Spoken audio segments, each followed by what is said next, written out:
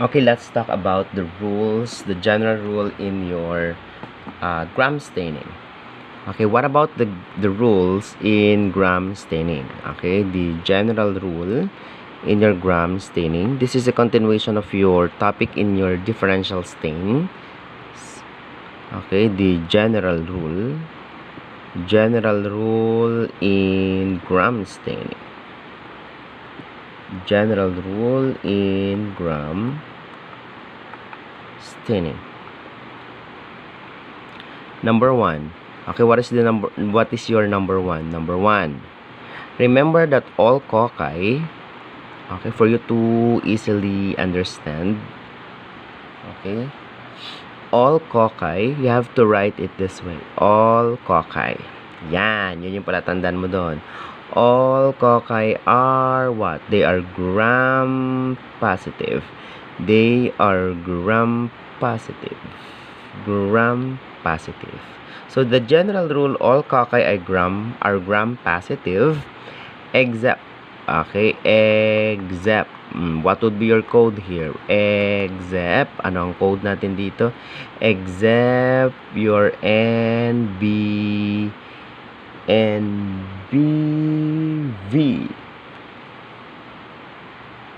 Okay, NBV AM.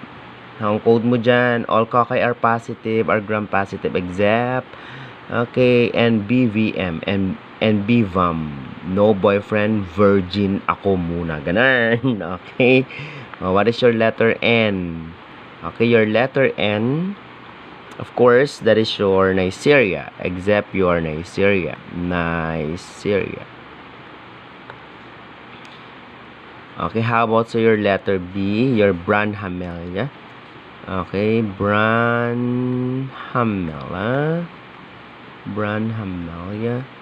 And BV, Velunella.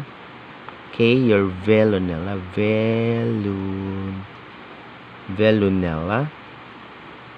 Okay, dito na lang para makita natin. And your A and M, what is your letter A? Your Acidaminococcus. Acidaminococcus.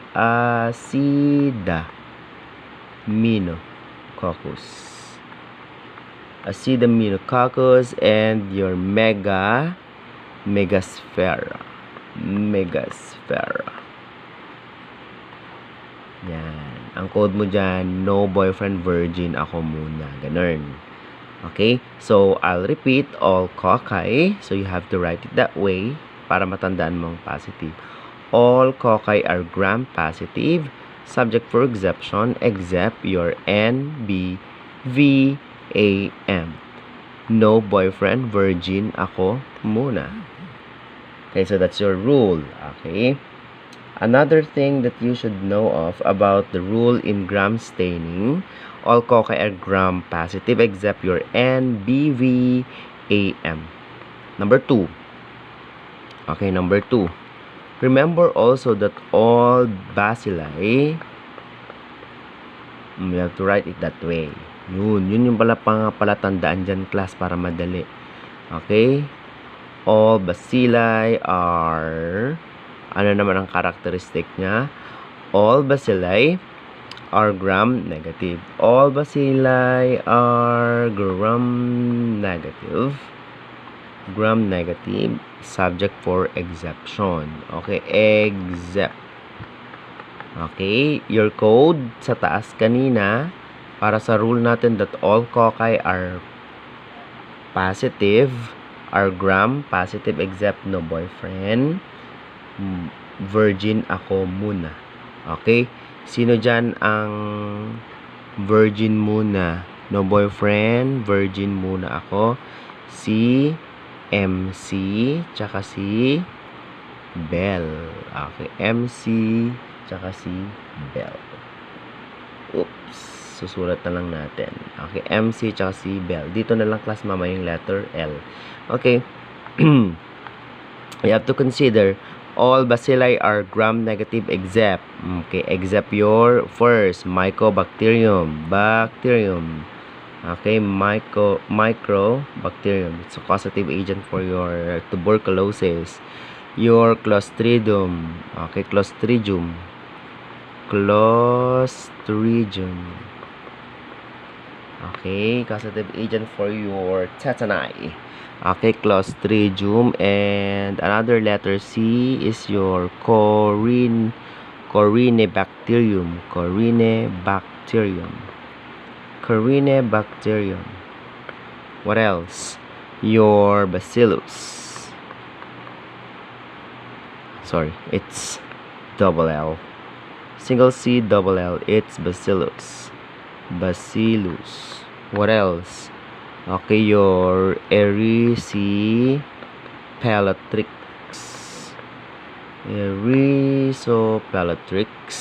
Your letter L is your Listeria. And the other one, okay, Lactobacilli. Okay, so that is your general rule. Okay, all cocci are positive, subject for exception. Okay, what are the exceptions? Again, ayun yung binigay natin kanina. Okay, no boyfriend, virgin, ako muna. Sino ang virgin pa dyan? Si MC tsaka si Bell. So, all bacilli are gram-negative except Mycobacterium, Clostridium, Corynebacterium, Bacillus, Erysipelotrix, Lactobacilli, and your Listeria. So, those are the rules, general rule to follow, okay, under the topic of your gram staining. Now, we go to the reaction and what is the appearance of a bacteria in gram staining. Okay, letter A.3, reactions and appearance. Reactions and appearance of a bacteria in gram staining. Okay, in your gram staining. Taas lang natin ha. Sorry. Okay, in your gram staining. What would be the appearance of a bacteria in your gram staining? So we have here a reagent. This is the result for your gram positive. This is the result for your gram negative bacteria. Okay, here's the reagent. Ito yung gram positive. Ito naman yung ating gram negative. Okay, your gram negative. Okay, what would be the appearance? Okay, what would be the reaction? Of course, number one, we have your crystal violet. Okay, your crystal violet. What would be the appearance? Okay, reaction to that of the gram positive. Obviously, as I've discussed it to the previous video, okay, cells. What? Cells stain violet. Okay, it will stain violet. And so with your gram negative, cells stain violet. Okay, cells stain violet.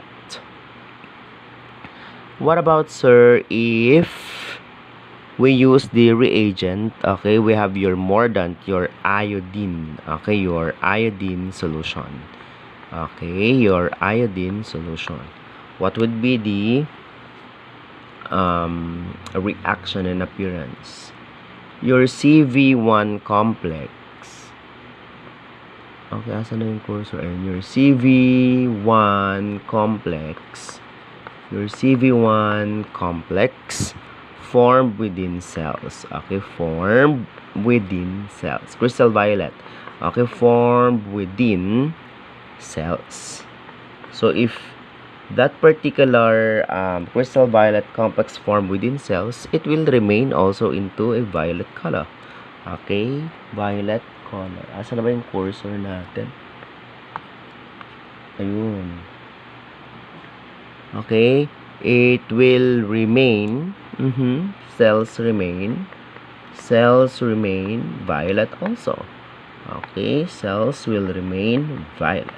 While in a gram negative, okay, your CV, your crystal violet 1 complex. Okay, complex formed within the cells. Okay, formed within the cells. Formed within the cells. Within the cells. What happens? It will also remain violet. It will also remain violet. Remain violet. Tataas lang natin ha. Tataas lang natin. And we have your number 3. Have your number 3. Okay, your alcohol. Number 3, your alcohol. Alcohol or your acetone. Acetone alcohol. Which is the most critical step yan. Okay, as I've discussed in the previous videos. Okay, the cell walls, okay, will be dehydrated. Okay, shrinkages of pores occur with decreased permeability. So, CV1 complex cannot pass out of cells. Okay. CV1 complex CV1 complex cannot pass out of cell. Pass out of your cell. Okay, so cells remain also violet. Cells cells remain violet. Okay, remain violet. Remain te. Paulit-ulit. Okay, remains violet. Tatas lang natin, class. Wait lang. Okay, and then, nakikita pala yung gray. Okay, and then, while in your gram-negative bacteria, lipid extracted from cell walls increases the porosity. So, what will happen? Okay, crystal violet 1 complex is removed from the cell. So, cells become colorless. So, since lipid extracted from cell walls increase your porosity, what will be the effect? So, the effect is your crystal violet 1 complex. Your CV1, okay, complex is removed. Okay, is removed from the cell. Removed from the cell. Removed from the cell.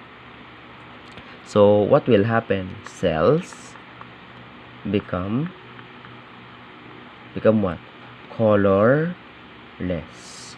Okay, it become colorless. Okay, color. Sir, wala akong makita. Colorless nga eh. Wala. Okay, become colorless. Okay, colorless. Colorless. Okay, tataas lang natin ha. Tataas lang natin. Okay, and then the last one is the addition of a counter stain. Okay, called as your safranin. Okay, what happens in gram-positive? In gram-positive, of course, cells are not what? Are not affected. Cells are not affected. Cells are not affected. Parang wala lang. It will remains violet. Why? Kasi nga, meron siyang thick layer peptidoglycan. Okay, remains violet. Okay. Here, in a gram-negative bacteria, since lipid extracted from cell walls increase the porosity, hence, CV1 complex is removed from the cell, and then cells become colorless. So, we need a counter stain, which is your safranin, okay, in order to visualize them. So, what will happen? Cells in gram-negative, okay, cells take up the stain. So what will happen? Okay, becomes red or pink. Okay, it becomes red or pink. Okay, it becomes red or pink. Okay, so that is the reaction and appearance of bacteria in your gram staining. Thank you so much.